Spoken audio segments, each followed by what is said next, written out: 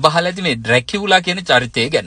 Dracula කියපුවාම ඔබට මතකයට එන්නේ මහා දැවැන්ත මිනිසුන්ගේ ලේ උරාබන වවුල් මිනිසෙක් ගැන.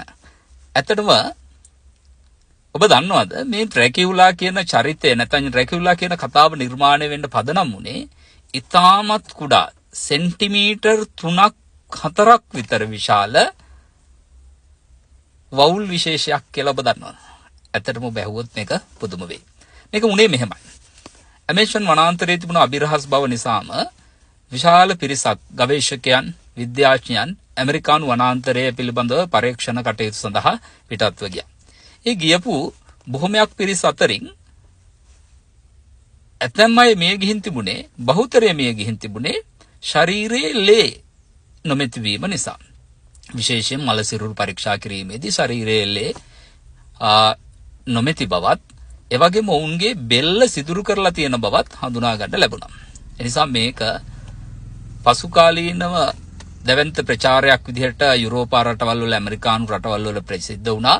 ඒ ප්‍රසිද්ධියත් එක්ක ඇමේසන් වනාන්තරයේ මිනිසුන්ගේ රුධිරය උරාබන දැවැන්ත වවුල් විශේෂයක් ඉන්නවා කියන නිගමනය සමාජය තුළ පැතිරෙන්න පටන් ගත්තා. ඒක ප්‍රතිඵලයක් විදිහට අයර්ලන්ත ජාතිකයෙකු විසින් නිර්මාණය කළා පොතක් එලි දැක්වා මේ ඩ්‍රැකියුලා කියලා. ඉතින් ඕක තමයි ඩ්‍රැකියුලා කතාවේ ආරම්භය වෙන්නේ. හැබැයි මේක මෙහෙමයි උනේ. ඇත්තටම පරීක්ෂා කරනකොට මේ මිනිසුන්ගේ රුධිරය නැති වෙන්න හේතුව තමයි වවුල් විශේෂයක් ඔවුන්ගේ ගෙලට දෂ්ට කිරීම හරහා සිදු වුණ විපර්යාසය. මොකද්ද මේ සිදු වුනේ? මේ වවුල් විශේෂය මාංශ භක්ෂික වවුල් විශේෂයක්.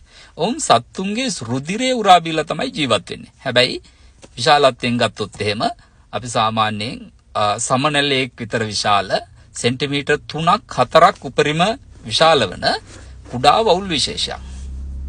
මොවුන් රුධිරය උරාබන්න සතුන්ගේ සම සිදුරු කරපුවාම අර කූණැල්ල වාගේ තමයි එන්සයිමයන් නිදහස් කරනවා රුධිරයේ කැට ගැහින එක වළක්වන්න.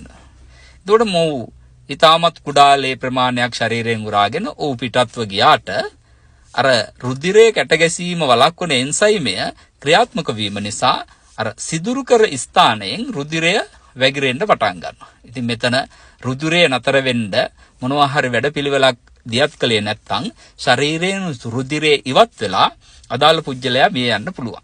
ඉතින් මේ පරීක්ෂණ කණ්ඩායම් වල සමාජිකයන්ට උනේත් ඔන්න ඔය කතාව. ඒකට ඇයි බෙල්ල සිදුරු කරේ? බෙල්ල සිදුරු කරන්න හේතුව තමයි මේ මැසිකර මඳුරු කරදර වලින් වැළකීම සඳහා මුළු ශරීරය සම්පූර්ණයෙන්ම ආවරණය කරගෙන තමයි ඇමේසන් වනාන්තරය ඇතුළට ගියේ. ඒ ඇතුළට යනකොට හිසට ආවරණ, මූණට ආවරණ, ඇඟට හොඳ තද ඇඳුම් මේවා පාවිච්චි කරලා තමයි ඇතුල් වුණේ. හැබැයි මේ හිස් ආවරණය සහ ඇඳුම් අතර බෙල්ල පිටුපස කොටසේ ගොඩක් කට්ටියගේ අර බෙල්ල නැමීම දිගෑරීම පහසු වෙන්න හිඩසක් ඉතුරු වෙලා තිබුණා.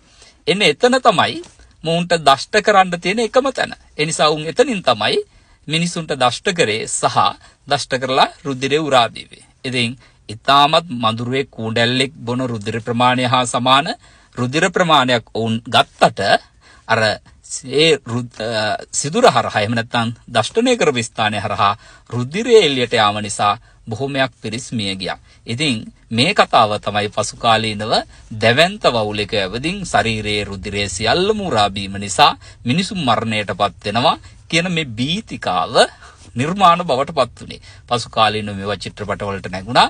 චිත්‍රපටවලට නැගිලා තව තවත් බීතිය වපුරන්න පටන් ගත්තා. ඉතින් බලන්නකෝ මේක කුඩාම කුඩා වවුලෙක් දැවැන්ත වවුලෙක් බවට පත් වෙලා මිනිස්සුන්ගේ රුධිරය උරා බීලා මහා විවසනයක් කරන කතාවක් නිර්මාණය වුණේ සාහිත්‍යකරණය නිසා.